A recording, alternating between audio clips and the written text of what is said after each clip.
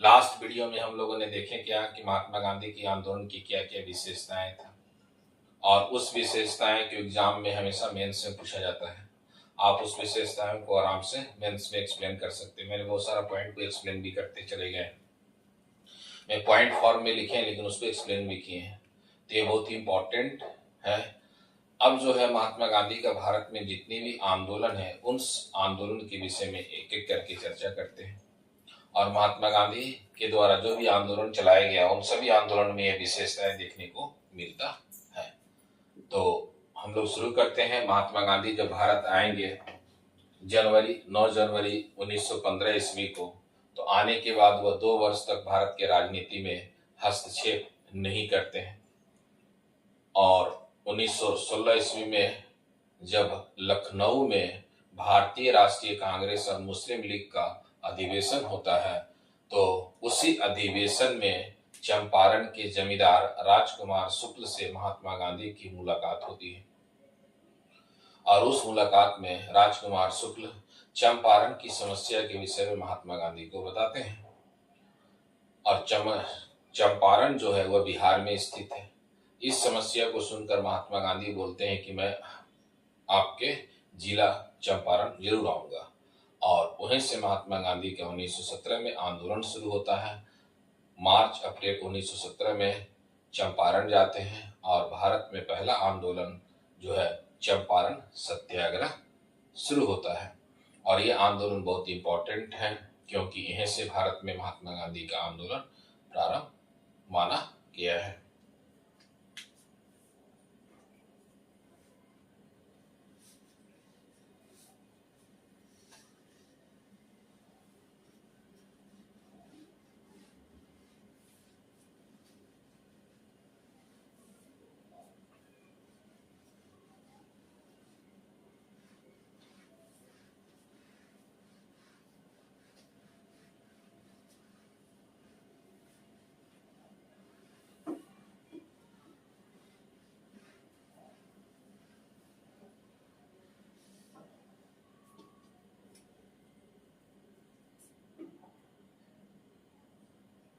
नौ जनवरी 1915 ईस्वी में महात्मा गांधी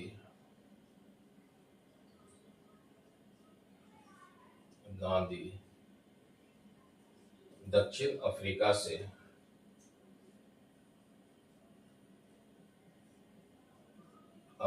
से आंदोलन करने के बाद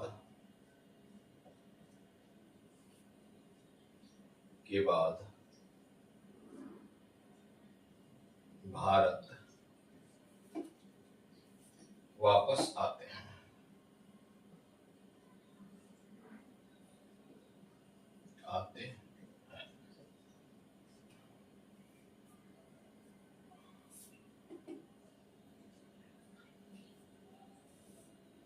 इसी प्रकार जब आप पढ़ेंगे तो जब दक्षिण अफ्रीका में महात्मा गांधी थे तो वहां पर एक आश्रम का निर्माण किए थे, लियो टॉलस्टॉय आश्रम 1910 ईस्वी में। फिर वही 1916 में साबरमती आश्रम, साबरमती नदी के किनारे आश्रम का गठन किया जाएगा 1916 ईस्वी में।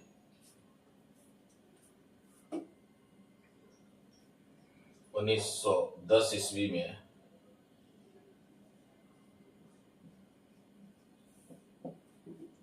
महात्मा गांधी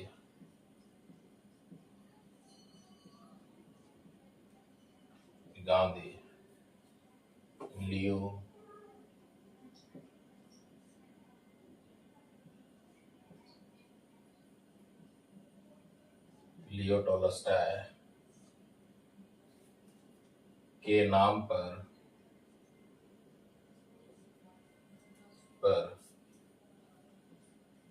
दक्षिण अफ्रीका में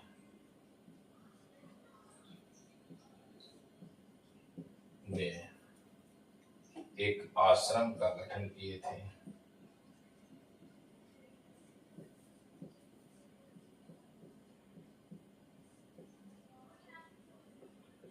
गया था। फिर इसी प्रकार भारत आने के बाद 1916 ईस्वी में महात्मा गांधी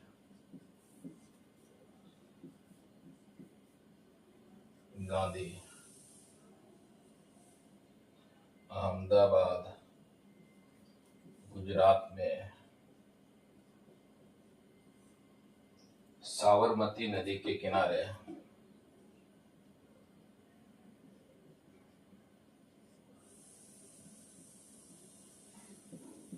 किनारे साबरमती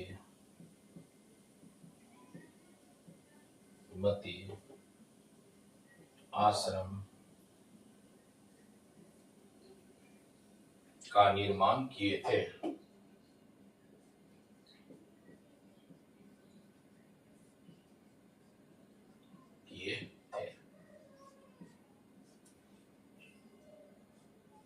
जब 9 जनवरी 1915 को महात्मा गांधी भारत आए थे, तो इसी पर प्रवासी भारतीय दिवस भी 9 जनवरी को 2003 से मनाया जा रहा है। इसके लिए एक कमेटी था। 2002 ईस्वी में भारत के प्रधानमंत्री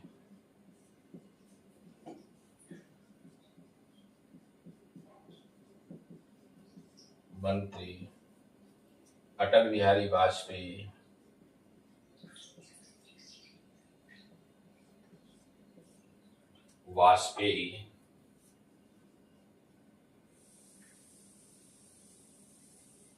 लक्ष्मीमल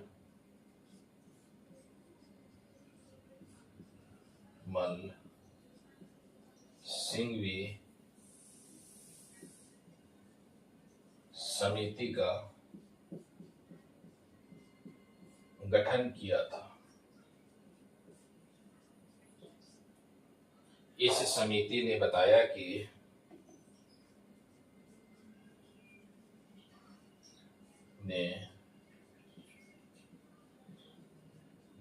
कि भारतीय मूल के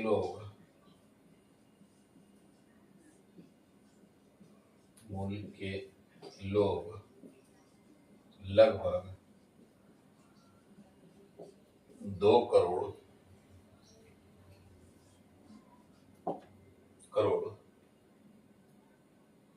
भारतवंशी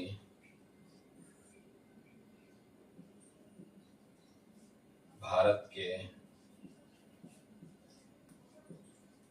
बाहर रहते हैं। उन्हें भारत में निवेश करने के लिए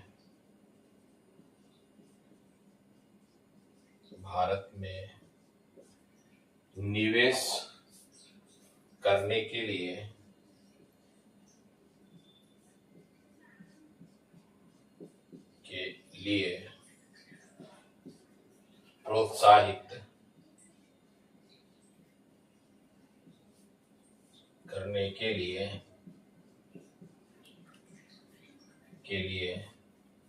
9 जनवरी 2003 से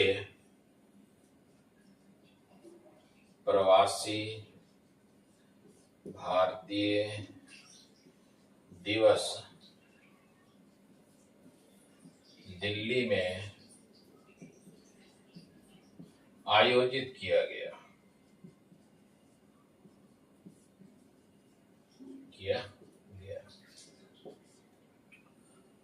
तो यह 2 करोड़ लोग भारत के बाहर रहते हैं, यह किसने बताया? लक्ष्मीमल सिंघवी समिति ने बताया। और इसी समिति के आधार पर यह सभी कार्य किया गया है। इस समय भारत के प्रधानमंत्री कौन थे? अटल बिहारी वाजपेयी थे।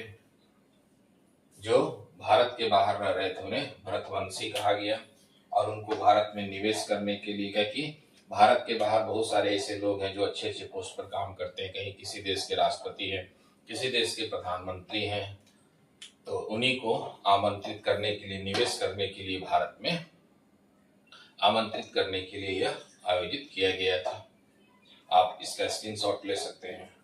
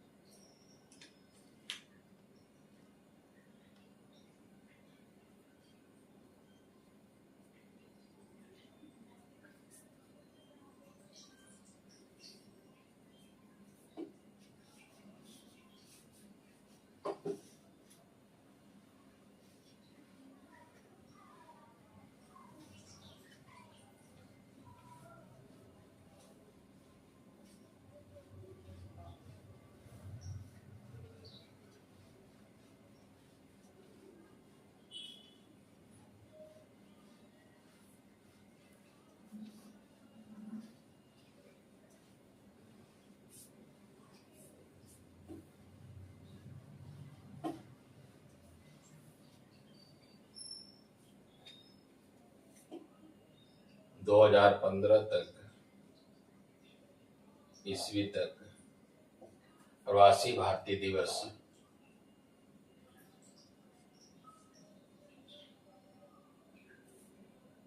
प्रवासी भारतीय दिवस प्रतिवर्ष आयोजित किया जाता था।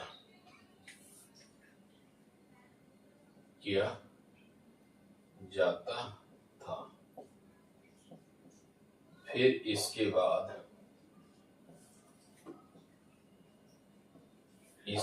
बाद नरेंद्र मोदी की सरकार ने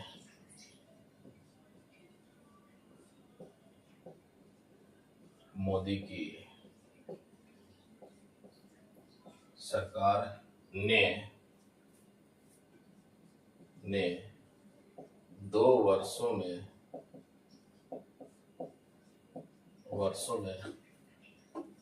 प्रवासी भारतीय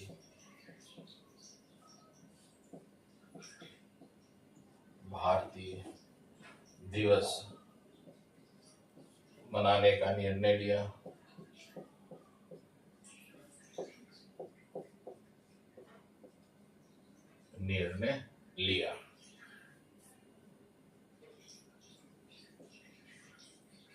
इस निर्णय के आधार पर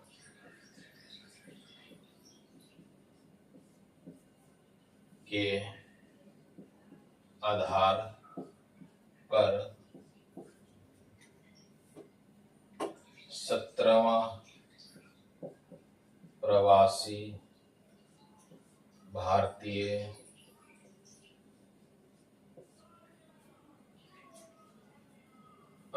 भारतीय सम्मेलन जनवरी 2023 में इंदौर एमपी में आयोजित किया गया।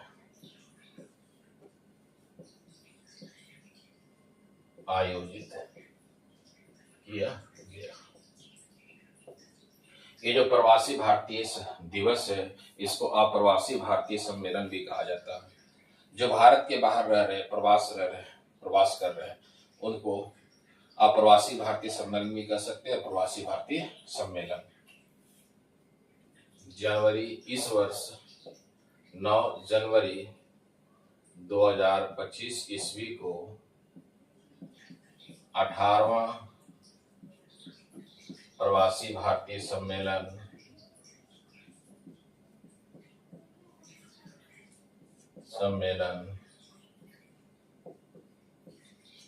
भुवनेश्वर उड़ीसा में आयोजित किया गया।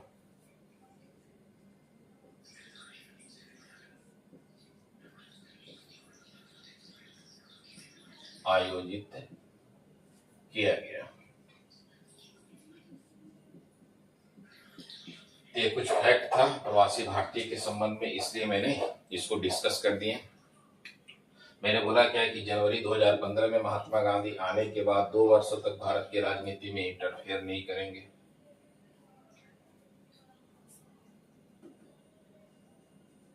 जनवरी 1915 ईस्वी में महात्मा गांधी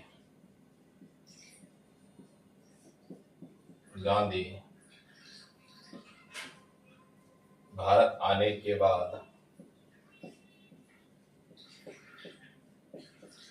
बाद लगभग 2 वर्षों तक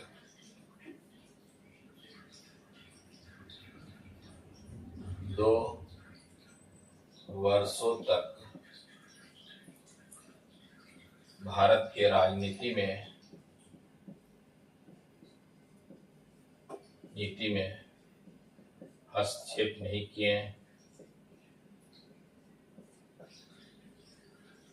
नहीं किए और आंदोलन प्रारंभ करने के पहले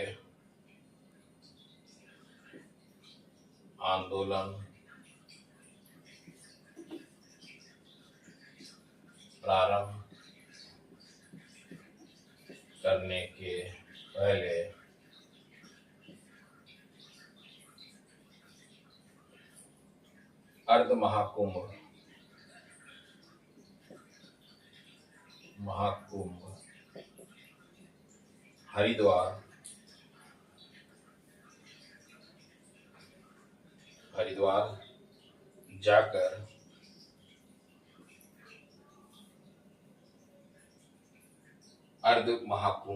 हरिद्वार जाकर ईश्वर से स्नान करके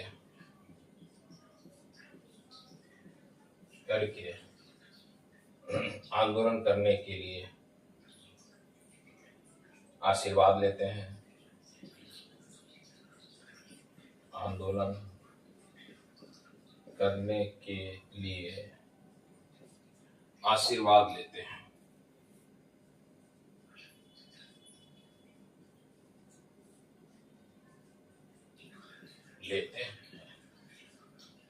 फिर इसके बाद 1916 ईस्वी में लखनऊ में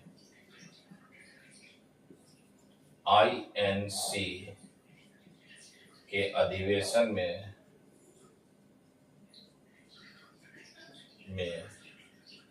भाग लेते हैं और इसी अधिवेशन में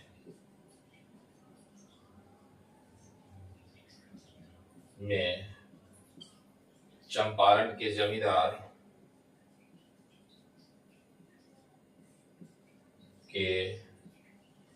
जमींदार राजकुमार शुक्ल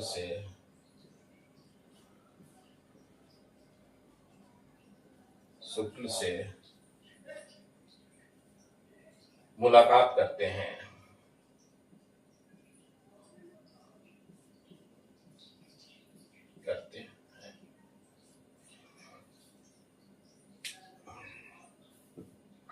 तो आप याद रखिएगा, प्रवासी भारतीय के संबंध में भी कुछ बता दिया आपको, और आने के बाद वह महात्मा गांधी 2 वर्षों तक भारत के राजनीति में इंटरफेयर नहीं करेंगे। इंटरफेयर कब करेंगे? जब वह चंपारण में, तो 1916 में क्या है कि वह अधिवेशन में भाग लेते हैं और उसी से मुलाकात होता है राजकुमार शुक्ल की। राजकुमार शुक्ल चंपारण की स्थिति के विषय में जानकारी देते हैं। तो महात्मा गांधी राजकुमार शुक्ल को एक आश्वासन देते हैं कि मैं अगले वर्ष आपके जिला चंपारण या आपके ग्रामीण क्षेत्रों में आएंगे। तो यहीं से शुरू होता है महात्मा गांधी का भारत में पहला आंदोलन, चंपारण सत्याग्रह। जब तक आप इसका स्क्रीनशॉट ले सकते हैं, फिर आंदोलन देखेंगे चंपारण सत्याग्रह।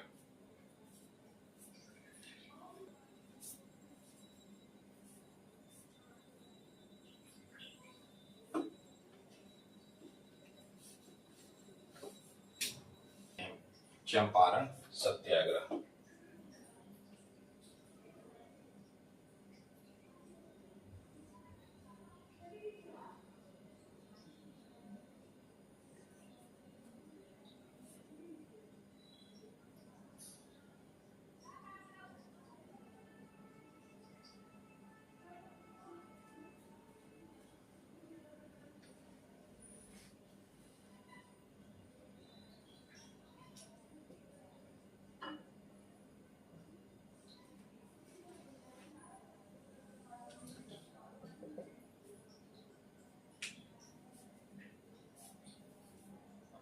चंपारण में जो मूल समस्या था किसानों का, वह नील की खेती से संबंधित था।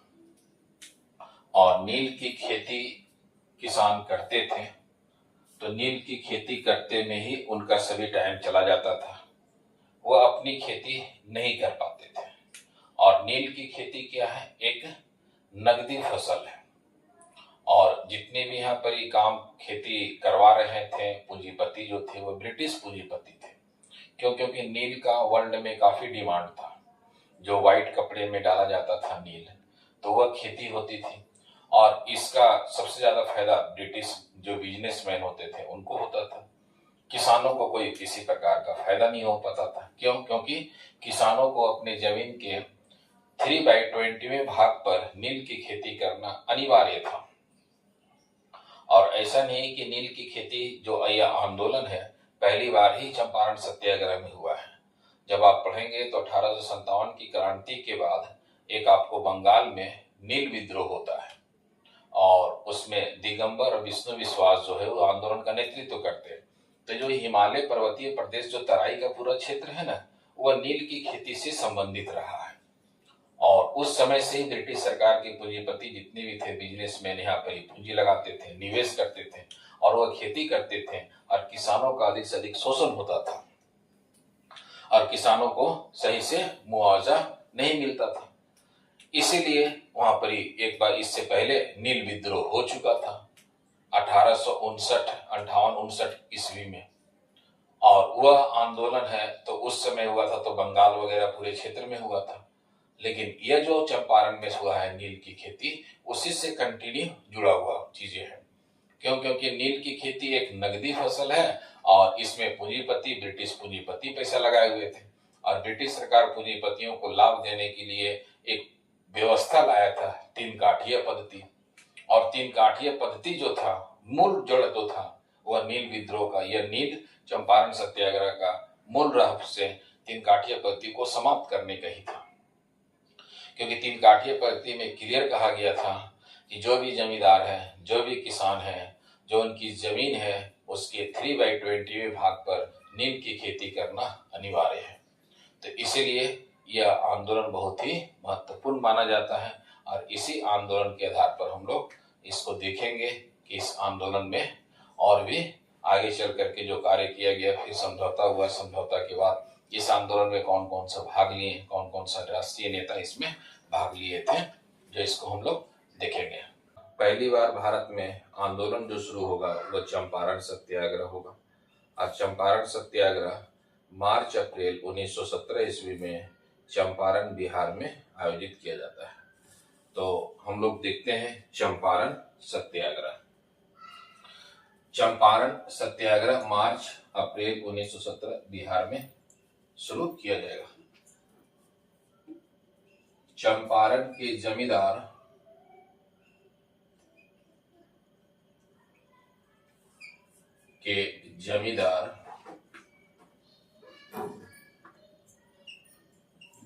राजकुमार शुक्ल ने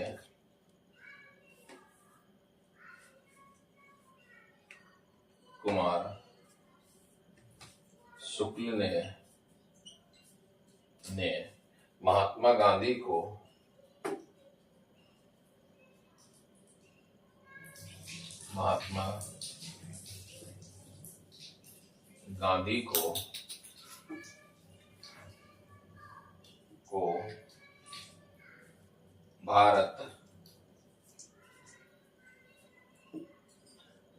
चंपारण के जमींदार राजकुमार शुक्ल ने महात्मा गांधी को चंपारण आमंत्रित किया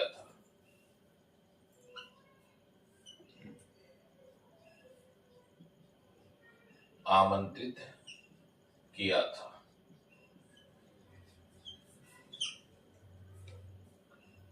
इस आमंत्रण के कारण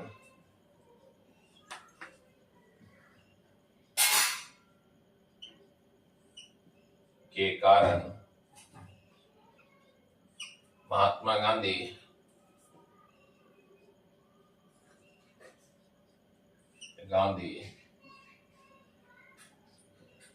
चंपारण जाते हैं।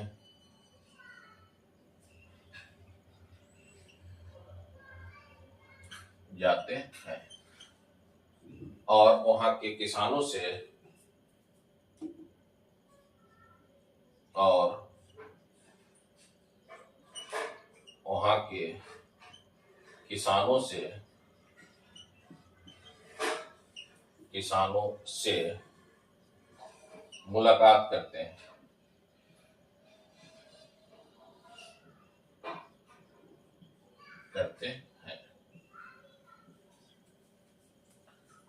चंपारण में जो मूल समस्या था,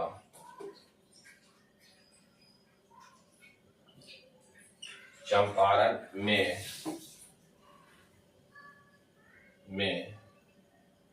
जो मूल समस्या था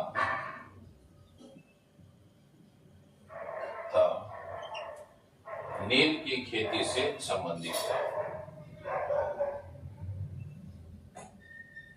नील की खेती से संबंधित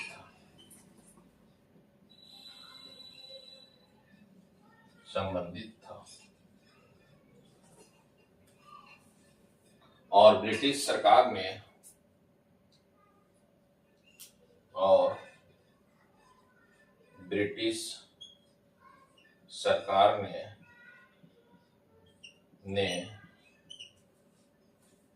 चंपारण में तीन काठिया पद्धति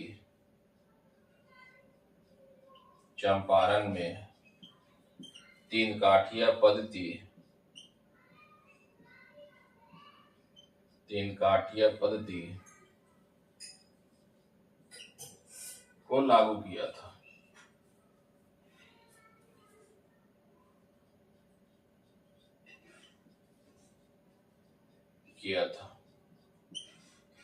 इस पद्धति का अर्थ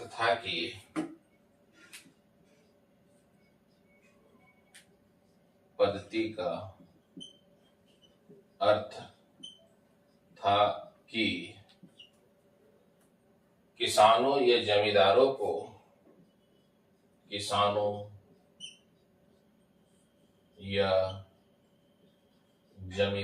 को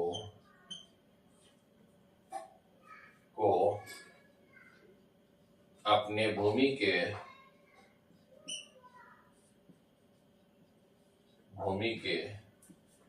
3/20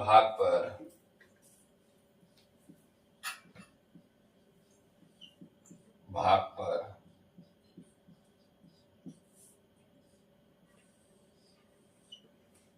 नील की खेती करना अनिवार्य था।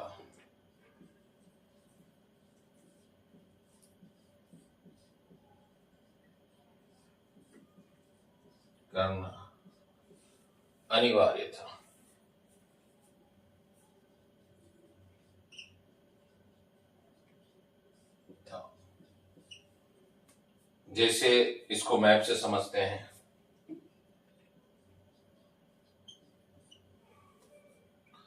मान लेते हैं कोई किसान का प्लॉट है, जमीन है,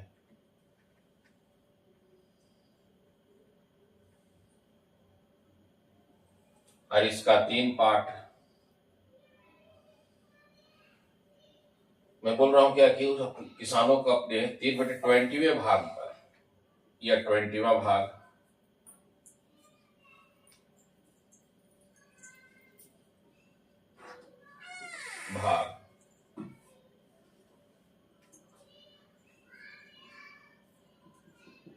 नील की खेती करना अनिवार्य था।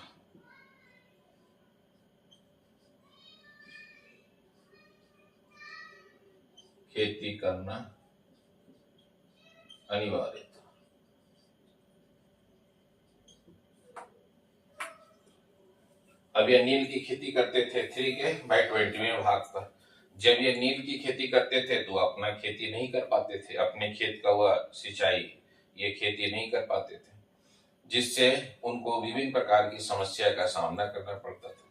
और ये पद्धति ब्रिटिश सरकार ने क्यों लाया था? क्योंकि ब्रिटिश सरकार के जितने भी एजेंट थे, ये जितने भी ब्रिटेन के उद्योगपति थे, पूंजीपति थे, वह नील की खेती में अपना पैसा निवेश किए हुए थे और उनको ब्रिटिश सरकार संरक्षण दे रही थी।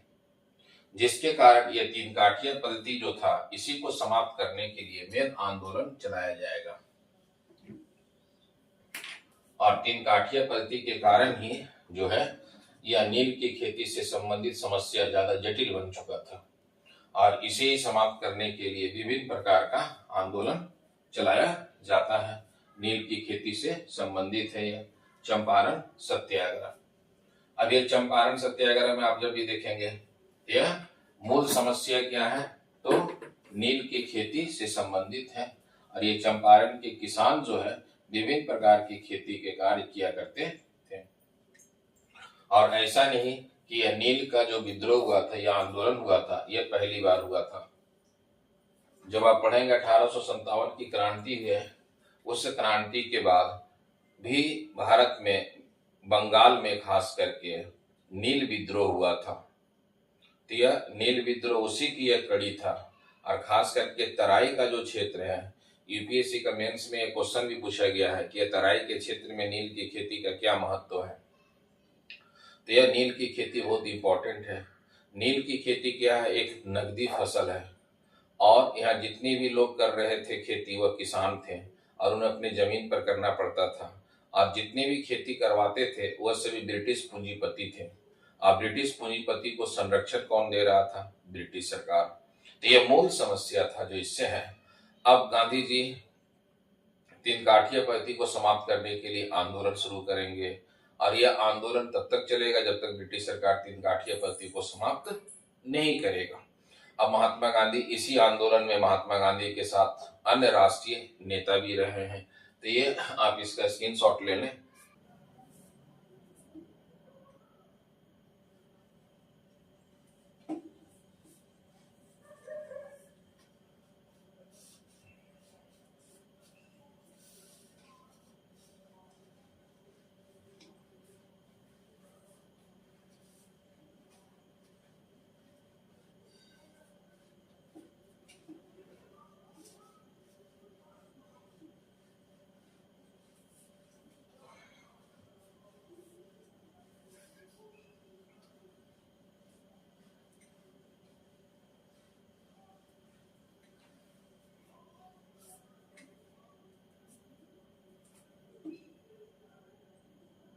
महात्मा गांधी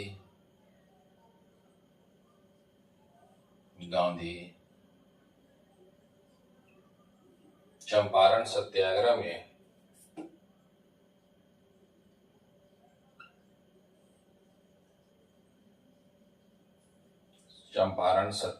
में तीन काठिया पद्धति को समाप्त करने के लिए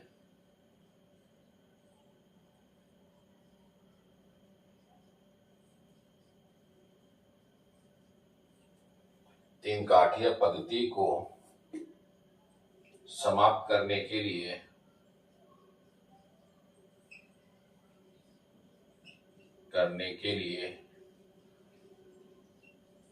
आंदोलन प्रारंभ किया था।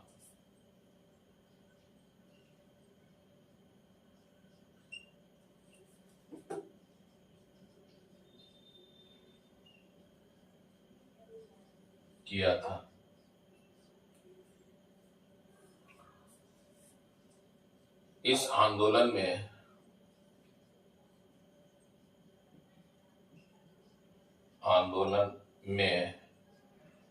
महात्मा गांधी के तरफ से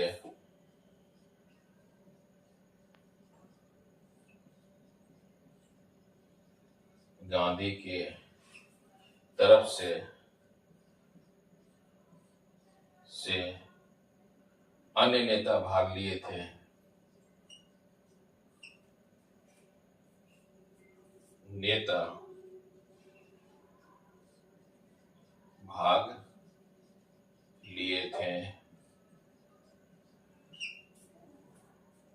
डॉक्टर राजेंद्र प्रसाद,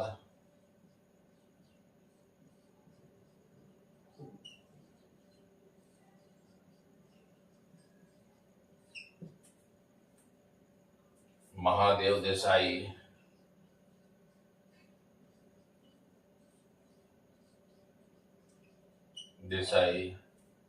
जेबी कृपलानी,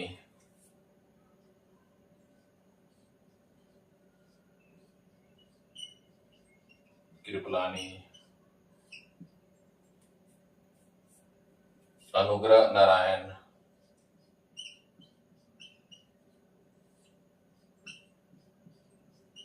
नारायण, कस्तूरबा गांधी,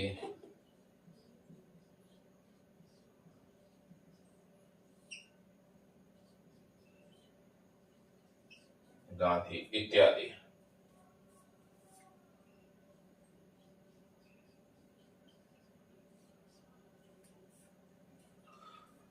अब ये जो तीन काठिया पद्धति के अगेंस्ट में आंदोलन शुरू हुआ, तब इस समय भारत के गवर्नर जनरल थे लॉर्ड चेम्सफोर्ड। इस समय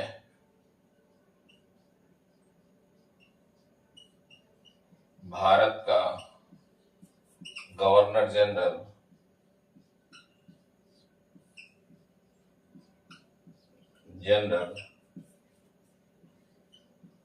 लॉर्ड चेम्सफोर्ड थे।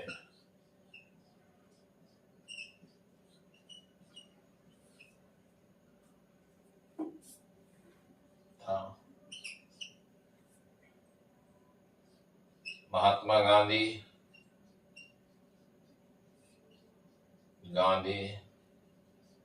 एवं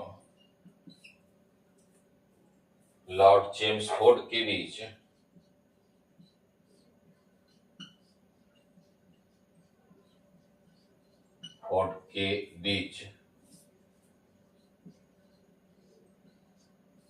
एक समझौता हुआ,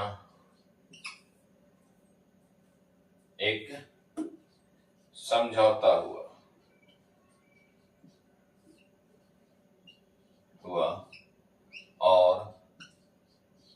इस समझौते के आधार पर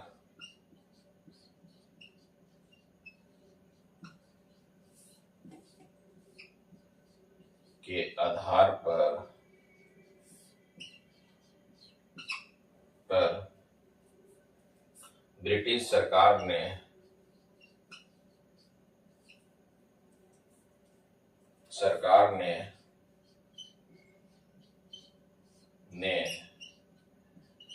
तीन काठिया पद्धति को समाप्त कर दिया।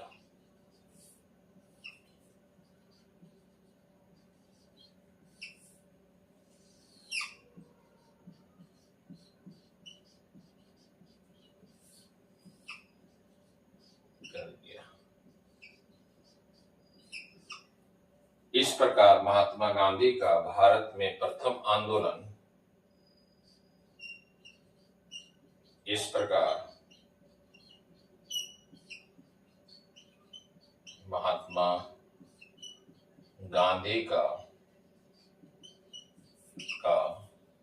भारत में प्रथम आंदोलन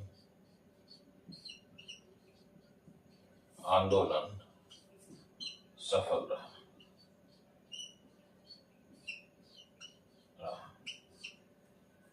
तो ये याद रखिएगा, चंपारण सत्याग्रह और गांधी जी का भारत में पहला आंदोलन जो था वह सफल हुआ। अब इसके बाद जो दूसरा आंदोलन होगा, अहमदाबाद मिल मजदूर आंदोलन होगा, फरवरी 1918 ईस्वी में।